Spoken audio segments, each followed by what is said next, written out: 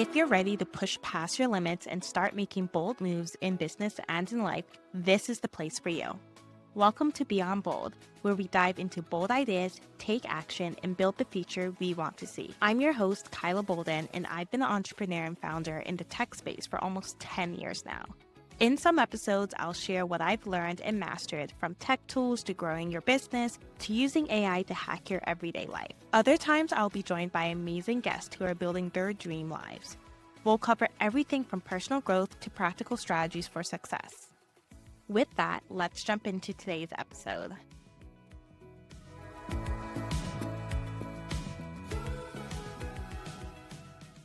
Hi, everyone. It's Kyla Bolden, and welcome back to the Beyond Bold podcast. I'm super excited to speak with you today. Today, we are talking all about how to make better, faster decisions. I am so passionate about this subject because I really believe not being able to make decisions quick enough, and then also the quality of your decisions, is often what stops people from achieving their goals, going after that promotion, starting their own business.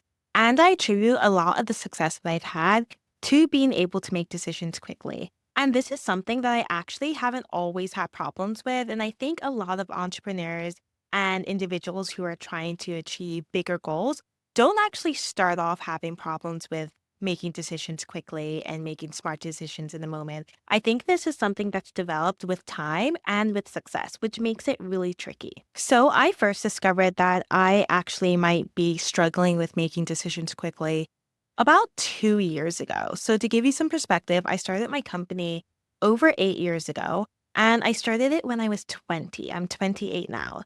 And as you can imagine, when you're 20, although you don't have any experience really when it comes to business or really the world in general, that really is your secret sauce because you don't even know what can go wrong, right? You just have this idea and you go after it. And this is a topic that I've talked about quite a lot throughout this podcast and just throughout life in general, how my youth and my naivety actually helped me so much in the beginning.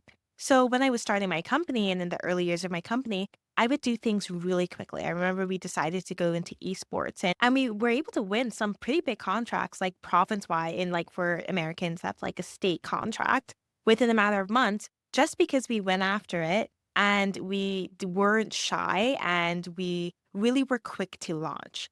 And that's something that I really loved about myself in the beginning of the company. But what I noticed as time went on, and then as you guys know, I raised venture capital, I raised a little over $1 million, and you become a little bit more seasoned when it comes to your craft, and you have really, really high expectations for yourself. And this is good for the most part. But what sometimes ends up happening is that you start to second guess yourself. You start to overcheck. You start to become perfectionist because you have high expectations and standards for yourself and your product.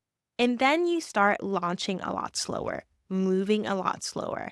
And there's an opportunity cost what comes to time. And you end up not being able to take advantage of some of the opportunities that are right in front of you because you're like, this has to be perfect before I put it out into the world. And it was funny. I realized this, like, as I said, about 2.5 years ago, maybe a little less, when we started to build out our technology.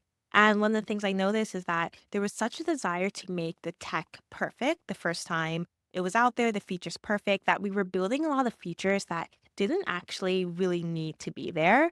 And it was stopping us from being able to go out into the market and actually make money and engage with customers and figure out what they wanted and then build the technology, right? So that's when I noticed it. And I decided I wasn't going to let making decisions slowly stop me in any part of my business or any part of my life, really. So, what I want to talk about in this episode is how you can make better decisions quickly. I really truly believe very few decisions in life need to be thought about for months on end. I don't think any decision needs to be thought about on months on end. If it needs to be thought about that for that long, it's probably not the right decision to make. And I especially believe in business that the most important thing that you could do is launch quickly, get your product, your new idea, your new service out there, and let the market tell you how it will perform, or let the market give you feedback. And I really believe in the tips I'm going to give you today could really apply throughout life in general. Whether you're thinking about moving, whether you're thinking about changing jobs, whether you're thinking about asking for a promotion, All of these things, all of these big things that get you to the next point in life, I do believe a lot of these decisions need to be made quickly. But before we get into some of the tips I have, I want to talk a little bit more about why decision making matters. And I want to break it down into three reasons: momentum, learning faster, and opportunity. So, making decisions quickly gives you momentum. That's first of all. And I believe momentum is one of the key things to success.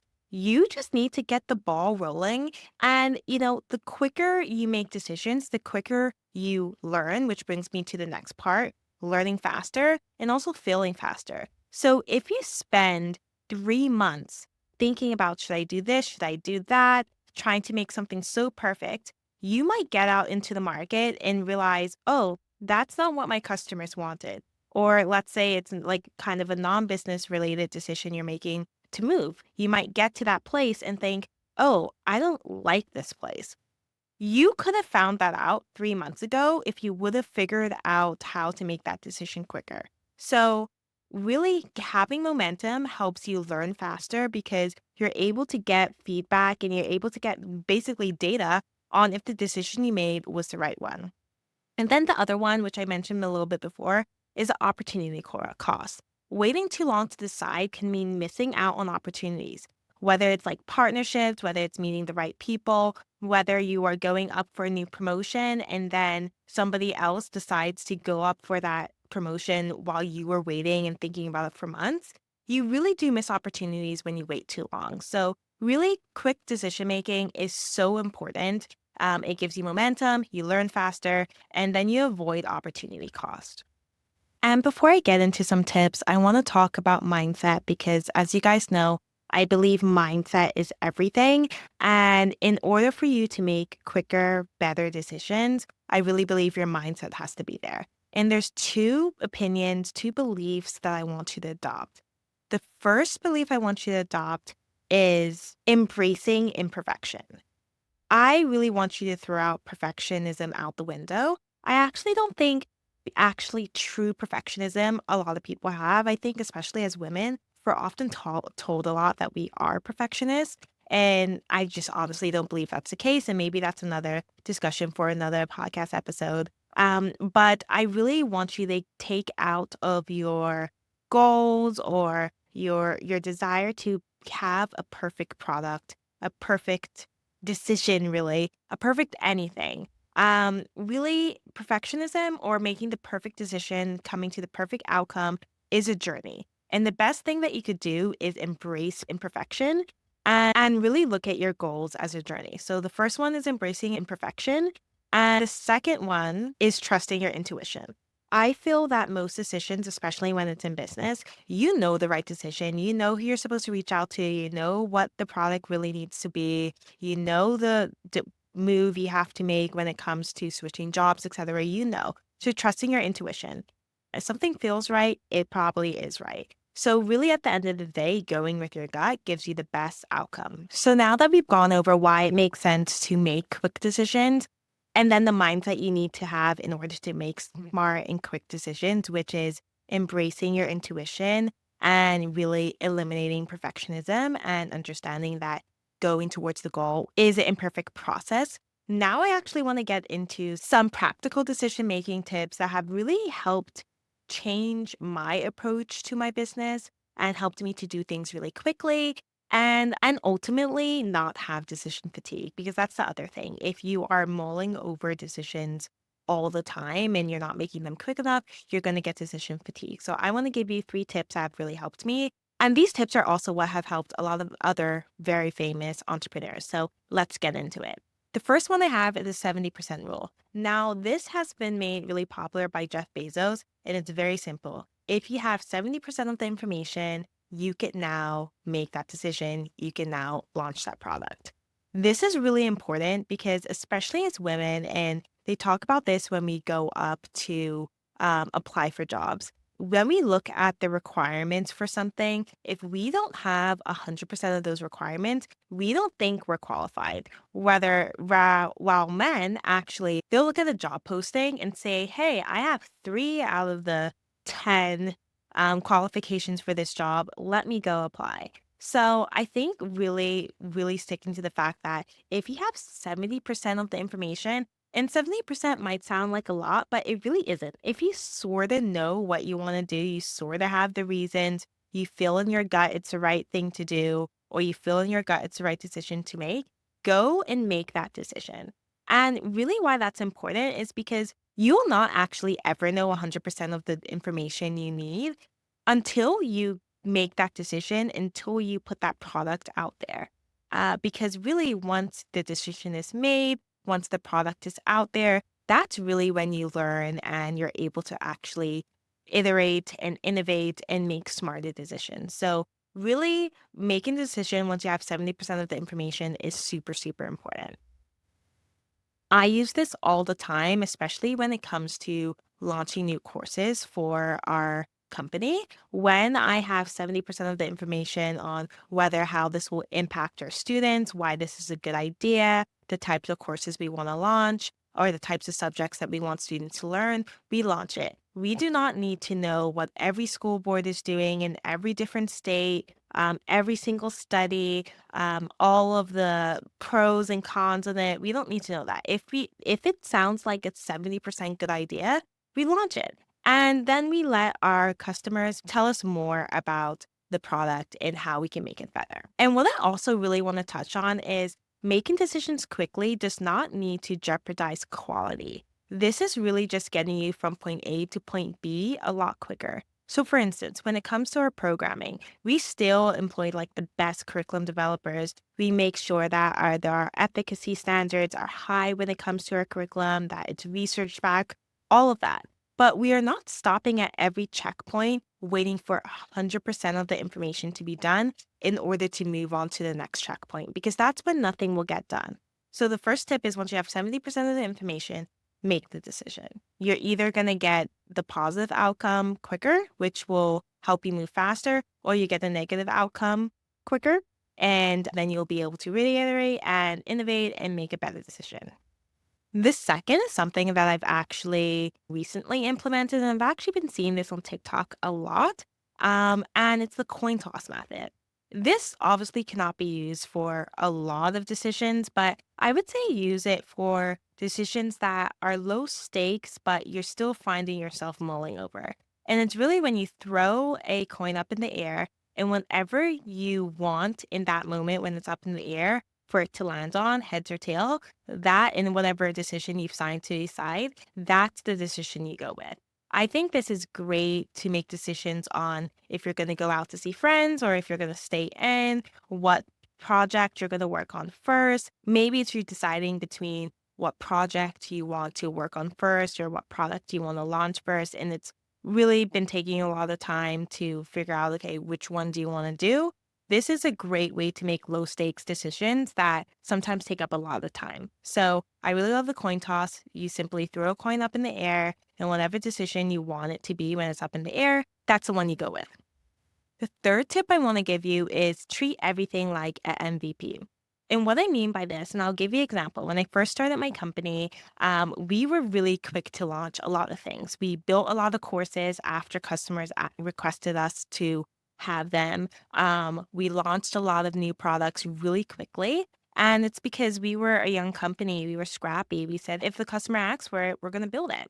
And then as you become a little bit more seasoned in business, sometimes you think about like, all the ways everything needs to be perfect, and that's where the perfectionism starts to go into place.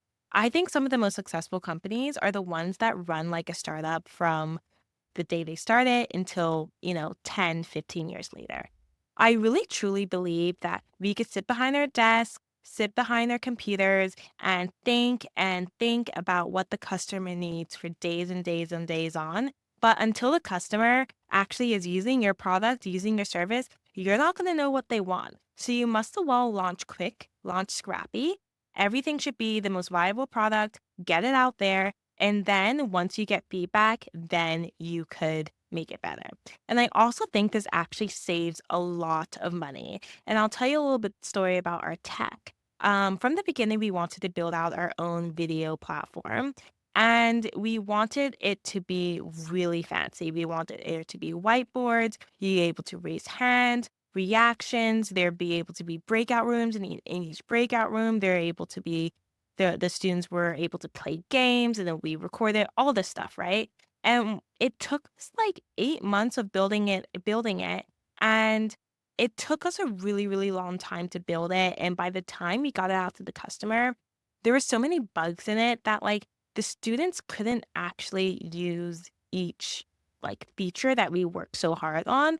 And then a lot of the features that even were working, the students didn't really even want to use rather. So then we switched to a really simple video tool, building it out very simply, making it very similar to a lot of the other tools that are out there, but making sure it had the most important parts for us, which is that like it didn't take up a lot of um, space when using it, so that students could use it on Chromebooks, that it was browser based, and that you could raise your hand. Those were the main things that we focused on when building our video conferencing tool within our e-learning platform. And then once we put it out there, the students loved it even more than the fancier one that we had. And it did its job. And to this day, that probably took us maybe like 2 weeks to build out, and the other video tool, it took us several months. And we actually ended up wasting a lot of time because we wanted to make something perfect with all the bells and whistles, and half the time no one uses the bells and whistles. So really go with the MVP always, always, always, no matter how big your company grows or where you are. Try to really push your team to just do most viable product. And that goes for whether you, like I said, you have your own company, or even when it goes to when you're in the corporate space as well too. And I want to say that this is not sacrificing excellence in any way. I have a very high standard of excellence, a huge commitment to excellence. But there could come a time where you're just adding bells, whistles, frills, a bunch of stuff just because you're sitting with it for too long. I really believe, even if you're in the corporate world, your boss would really appreciate getting the information, getting the report, you reaching out to the client quicker rather than you spending 3 weeks figuring out what you're going to say to the client. You're spending 2 months on the proposal. No, the opportunity has passed. You need to do MVP, and it's always MVP, most viable product. And the next, which I think is one of the most important keys to all of this, is you need to set a deadline. When you have an idea, you need to say, okay, I have this idea. I need to mull over it. I need to think about it. I need to work on it. Yes.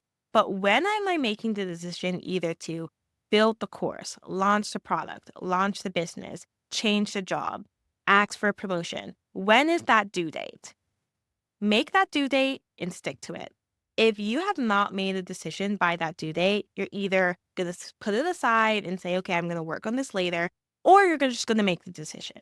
Have a due date for any decision that needs to be made. And I mean like little decisions as well too, or little tasks that you need to do, whether it's emails that need to be sent out, proposals that need to be sent out, people you need to follow up with, decisions to quit your job, anything. Have a due date for it. And I promise you, you don't always meet that due date, but you are so much more likely to actually achieve your goals, to actually make that decision, to make a quick decision, to make a decision that's smart and based on like facts if you have a due date, rather if you just sit around and think about it and think about it and think about it. So the last part of the puzzle is have a due date for that decision. So just to go over the things I talked about the 70% rule. Once you have 70% of the information, make the decision. I talk about the coin toss method. This is in low stakes decisions, like when you're deciding what order to do your work in during the day, or even should I go hang out with friends or should I go to the gym?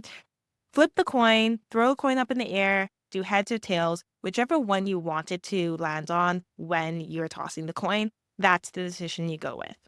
And here's another trick. Don't do this so many times. Like you are really truly flipping the coin once, and whatever you land on, you're going with. It's really important to have discipline with this, because that could also become something that causes you to like slow down your decision making process. The next one is MVP, most viable product. You want to get it out there as quickly as possible. You are going with the key features your customer needs. You are going with, if you're applying for a job and you're waiting for you to have this credential, etc. No, you're going with what are the necessary things I need and what can I learn on the spot on the job. It's the most viable product. And you're going with it because at the end of the day, once you're out there in the world, once your business is out there, the decisions is out there, you're gonna actually let the market, you're gonna let your customers tell you what they need. And then you can make it better. So it's the most viable product. And then the other one is decision making. You are going to make the decision quickly. And the last one is having a deadline. You have a deadline for your decision and you keep that deadline. And try to incorporate these tips in your everyday life. Make it a habit of how you approach problems. Use it for low stakes things like deciding what grocery store to go into, because then you'll be able to use them in high stakes situations very quickly. So please try to do it. It's really, really going to be helpful. And the next thing I want to talk about is now you have these frameworks, these tools in order to make quick, good, smart decisions. There are going to be some barriers that come up. And what I like to do is when you're setting goals, when you're trying something new, it's always important to think about why will I not do this? For instance, when your goal is to go to bed early, this has been a goal of mine for a while and I'm really working on it. I like to think about what are the reasons I'm not going to go to bed early. Some of those reasons are maybe I'm staying up to record a podcast because I had so much to do that day, like I'm doing now. Another reason might be, oh, maybe I want to watch my favorite TV show. Maybe I want to scroll on my phone. Then I think about, okay, how can I eliminate those barriers? A barrier when it comes to like I'm staying up late because I'm doing more work or I'm recording a podcast is to set specific times to do those during maybe the weekend or during time where I know it's not the afternoon. Another thing is like maybe I want to watch a TV show. Okay, set a time to batch all your TV shows. Like I typically try to do that Saturday mornings or not really Saturday mornings because I typically go to the gym, but more so like Saturday afternoons or maybe Friday afternoons after work. So make a time that you're going to do those things. If it's scrolling in your phone, I don't put my phone next to my bed. So those are ways that I see the barriers to actually achieving my goals coming up. And I actually intentionally work to eliminate those barriers before they happen. So I think it's really important when it comes to these tips, we want to identify why we're not going to do them or why we might hesitate to do them. One of them is fear of failure. And I really talked about this before. There's no failing. I truly believe I and this might sound crazy, but like I don't think I've ever failed. And trust me, before you call me a narcissist or whatever, I literally cannot think of like something that's been a failure in my life. And I've only been on this world for 28 years. And so when I look back at my life, anything that has not happened for me has either been just like so small, like looking back in the grand scheme of things that I don't remember, even though it might have been the biggest thing when it was happening, so small that I don't remember, or that quote unquote failure has led me to where I need to be today. I really look at my life as okay, everything is unfolding exactly how it's supposed to unfold because the thing about me is I know I'm working hard. I know I'm consistently innovating, which means that like I know I'm looking at the decisions and the outcomes of my life and figuring out how I could be better. I know I have a growth mindset and I know I have faith. I know I have trust God. So really when you have those three things. And the other thing is like I know I'm a kind person. So like whatever I'm doing, I'm not intentionally putting something out into the world that is hurting others. So when you know you're working hard, you know you have a growth mindset, you have faith that like a higher power is looking out for you and you're doing no harm, you're not intentionally putting bad things out into the world. I truly believe your mindset should be like, the rest is just up to God. The rest is just up to whatever's meant to be is meant to be. So if something fails, it just wasn't meant to happen, right? So that's why I truly believe that failure is not real. It doesn't like it's not truly something that could happen. And if you adopt that mindset, then trust me, I still have things that I wanted and it didn't work out how I wanted it. But like I really just don't believe that failure is something that we need to harp on because everything is leading to where you're supposed to be. I'll even give you an example of starting this company. And I think I mentioned this before on another podcast. I wanted to go into consulting. I wanted to go get my MBA and JD. And then I wanted to work in corporate for a little bit and then start my own company. That was my path. That was my path that I wanted since like the day I was like very, very young. And I had a consulting internship one summer, the summer before my senior year, and then got canceled. There was nothing that I could do to stop that internship from getting canceled, but it got canceled. And at that time, I felt like really bummed out. But then I said to myself, okay, Kyla, I need a job and I'm going to go work at clothing stores. And I actually applied to everywhere. I applied to Brady Melville. I went into Kate Spade. Kate Spade actually said they're going to hire me. I went into Aritzia. I went into so many stores and I got so many yeses. And then they would call me back and say no, or maybe they would ghost me. I could not get a job. I could have looked at that as a failure, but then looking back on it, that was the summer I started my company. So in no way was that a failure because if I would have gotten that consulting internship, I wouldn't have started my company that I'm doing now.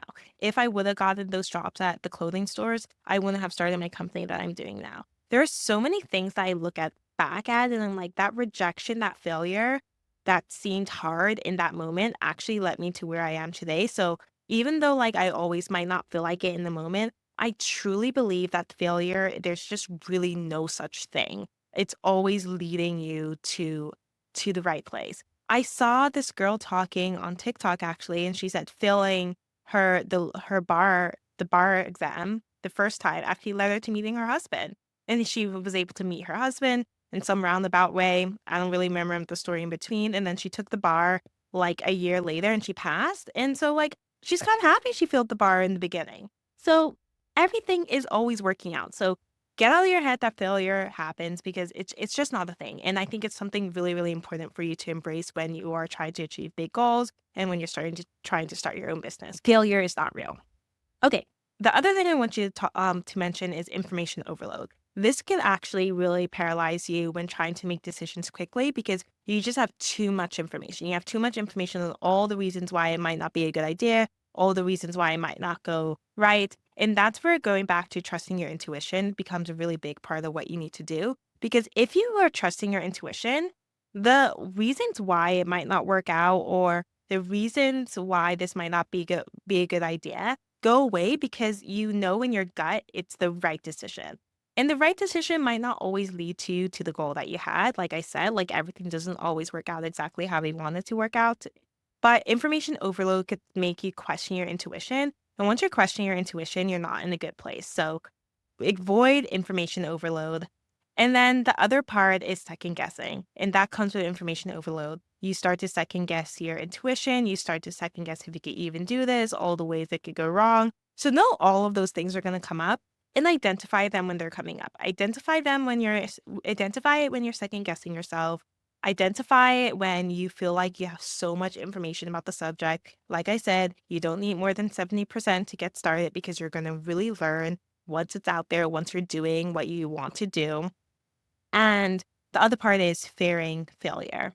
Like I said, there's truly, truly no such thing as failure. So those are some of the barriers that might come up. So remember, the key things that you need to do is the 70% method, the coin toss method on those low stakes decisions, MVP, you launch it with most viable product, and set decision deadline. I want you, as I said before, to do this in so many ways in your life, whether it's you're making a big decision to move to a different country, or you're deciding what you want for dinner, or you're deciding what grocery store to go to. Make a practice making decisions really quickly. And I promise you, it will pay off. So, guys, I really hope you enjoyed that episode. I'm trying to do episodes in which I'm able to give you really tangible advice that you could take into your week, you could take into your daily life. I think there are so many people out there that just have so many great ideas, so many big dreams that they want to achieve, but they're just not achieving them because they are really just not making the decision quick enough. And it makes me think about the last episode we did about like how so many people have business ideas and they're waiting 6 months on the logo and they're waiting 2 years to figure out when's the right time to quit my job and start it. There's so many people who are so smart and so talented and they're just not moving quick enough. And then guys, I promise you, and I'm going to do an episode about this soon, with technology that we have today, with AI, with all the information out there, there's really no reason why you can't do literally anything that you want to do. There is somebody out there living your life with 20% of the talent that you have. They're out there achieving the dreams that you have for yourself, and they do not have half as much talent as you. I promise you, and we've all seen it. So use these decision making tactics to make quick, smart decisions. Try it all throughout your life this week in personal decisions and professional decisions, and let me know how it goes. Thank you guys so much for listening, and I hope you have an amazing day.